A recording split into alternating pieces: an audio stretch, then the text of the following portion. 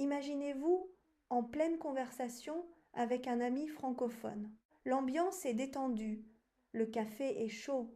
Vous voulez dire c'est la ville dont je parle, mais soudain, votre langue fourche et vous dites maladroitement que je parle. Un silence pesant s'installe, votre interlocuteur fronce les sourcils, cherchant à comprendre ce petit mot, dont, est le verrou invisible qui sépare souvent l'apprenant du locuteur fluide.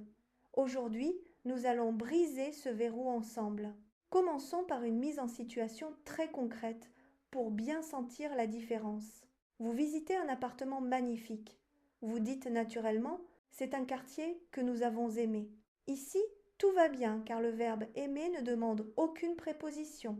Pourquoi devons-nous dire c'est un quartier dont nous parlons? Parce que le verbe est parler de. La préposition de est ancrée, le soudé au verbe. C'est la règle d'or. Dont est le remplaçant officiel.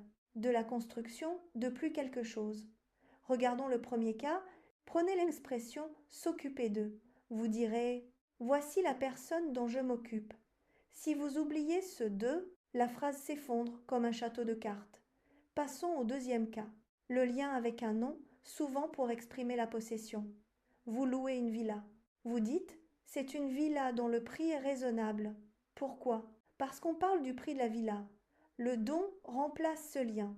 Enfin, le troisième cas, le plus subtil, concerne les adjectifs. Si vous êtes fier de votre projet, vous direz c'est un projet dont je suis fier. Pour éviter les erreurs à l'avenir, faites ce test rapide. Isolez le verbe. Vous voulez utiliser visiter?